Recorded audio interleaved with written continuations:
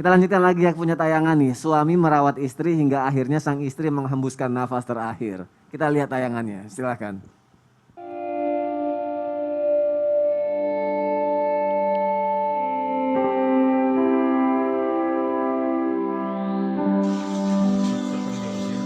Enggak jauh dari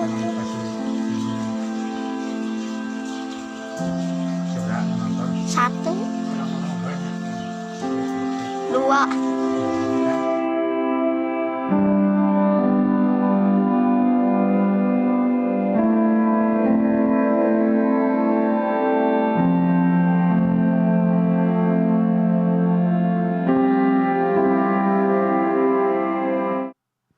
Masya Allah jamaah yang ada di rumah, dari tayangan ini kita melihat sosok suami yang Masya Allah luar biasa sekali ya. Dan ini akhirnya bisa menjadi pelajaran nih buat kita. Dan kita harus cari tahu lagi bagaimana caranya biar bisa menjadi seperti itu, bahkan menjadi lebih baik lagi. Kita tanya sama Ustadz Syam nih, cara suami membantu istri yang mungkin sedang sakit parah dalam waktu yang lama bagaimana sih? Karena kan suami kan juga harus bekerja ya Ustadz Syam ya. Jadi cara membagi waktunya untuk merawat istri, untuk menafkahi keluarga, dan untuk memberikan yang terbaik untuk keluarga bagaimana Ustadz Syam? Mohon penjelasannya. Sampai guruku Habib Utsman, Ustaz Ahmad Khan, Mas Soni serta guru-guru kami dimuliakan Allah Subhanahu wa taala. Bismillahirrahmanirrahim. Alhamdulillahirabbil alamin wassalatu wassalamu ala asyrafil anbiya'i wal mursalin sayyidina Muhammadin wa ala alihi wa sahbihi ajma'in. Asbahna wa asbahal mulku lillahi rabbil alamin. Subhanaka la ilma lana illa ma 'allamtana innaka antal alimul hakim. Rabbi shrah li sadri wa yassir li amri wahlul 'uqdatam min lisani yafqahu qawli waj'al li waziran min ahli amin amin amin ya rabbal alamin.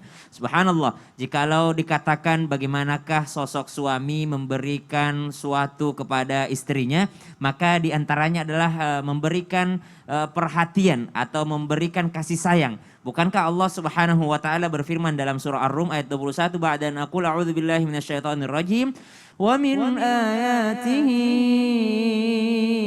an khalaqa lakum min anfusikum azwaja litaskunu ilaiha wa ja'ala bainakum mawaddatan wa rahmah inna fi dzalika laayatin liqaumin yatafakkarun. Maka ternyata dalam hal berumah tangga ada yang namanya sakinah, mawaddah, warahmah. Dan ini sepanjang hayat sampai sama-sama meninggal dunia atau salah seorang di antaranya meninggal dunia, barulah berakhir yang namanya memberikan cinta dan kasih sayang. Bukankah merawat ketika sedang sakit itu bagian daripada cinta dan kasih sayang? Jangankan pasangan, tetangga, saudara kita yang sedang sakit, maka salah satu sunnahnya adalah menjenguk orang sakit. Di antara yang disyariatkan oleh Rasulullah SAW, oleh agama kita, ketika ada yang sakit kita menjenguknya, ketika ada yang meninggal dunia kita mengantarkannya, kita menyolatinnya. Maka subhanallah, ini adalah kewajiban dari seorang muslim, apatah lagi yang sedang sakit adalah pasangannya sendiri. Namun sekarang dilematis nih.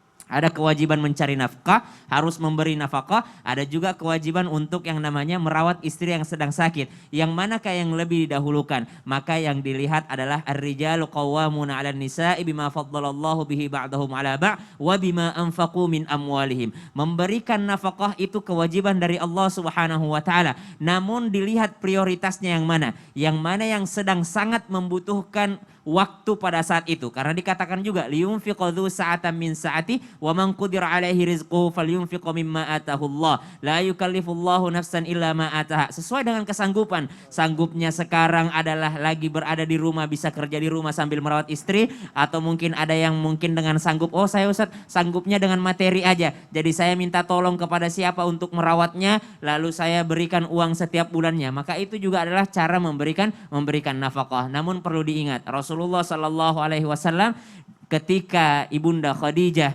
radhiyallahu anha wardaha sedang sakit, maka Rasulullah berada di sisinya.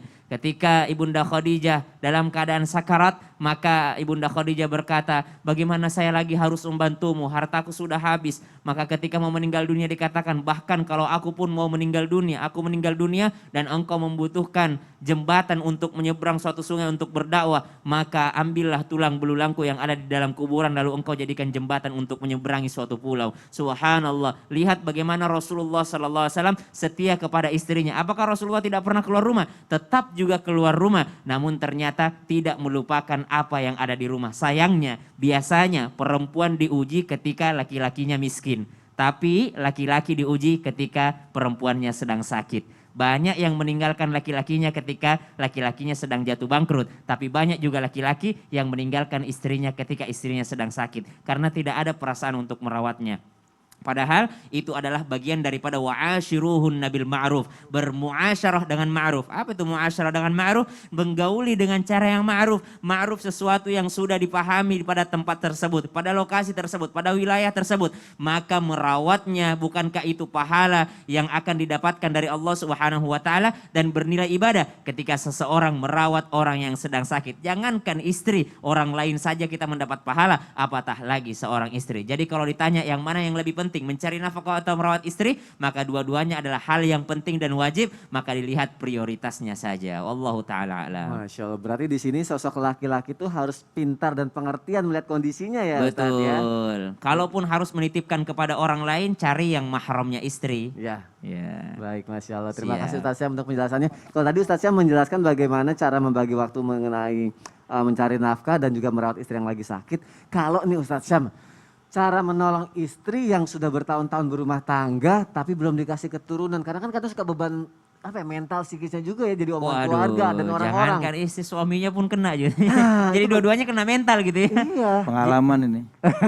Aduh, pengalaman. Oh, baik. Itu gimana caranya? Jadi subhanallah kita menjalani ujian tuh enggak sendiri, tapi kadangkala kalau dua-duanya kena mental gimana yang mana yang mau menyemangatin gitu ya. Itu dia. Jadi ternyata bantuan itu adalah bantuan semangat juga perlu. Nah, bagaimana cara memberikan bantuan semangat dan motivasi? Ya, setelah yang satu ini enggak lama kok. Lama kok. Tetap di Islam itu indah jamaah. Jamaah, oh jamaah. Alhamdulillah.